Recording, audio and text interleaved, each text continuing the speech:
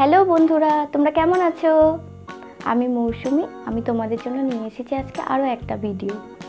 আজকে শিখবো আমরা স্বরবর্ণের সংক্ষিপ্ত রূপ। কি করে স্বরবর্ণের সংক্ষিপ্ত রূপের সাহায্যে শব্দ তৈরি করা শিখতে হয় আর নতুন নতুন বানান লেখা শিখতে হয়। বানান লেখার জন্য আমাদের স্বরবর্ণের এই সংক্ষিপ্ত রূপটা সবসময় দরকার হবে। তো আমি আজকে তোমাদের শেখাবো স্বরবর্ণের সংক্ষিপ্ত রূপ। আকার, এটা হচ্ছে আকার। রস্যিকার, এটা হচ্ছে রস্যিকার।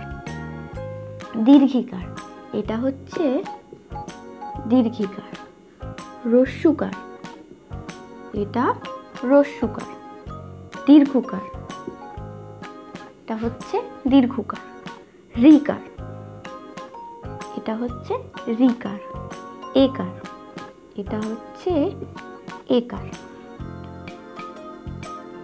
ঐকার,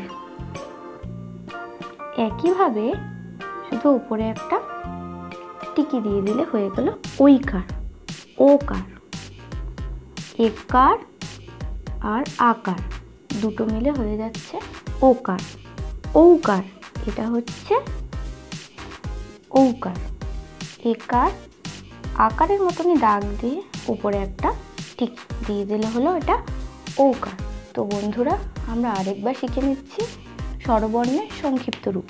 স্বরেয়াতে আকার, রস্যইতে রস্যিকার, দীর্ঘইতে দীর্ঘিকার, রস্যৌতে রস্যুকার, দীর্ঘৌতে দীর্ঘকার, ঋতে ঋকার, এতে একার, ঐতে ঐকার, ওতে ওকার, ঔতে ঔকার।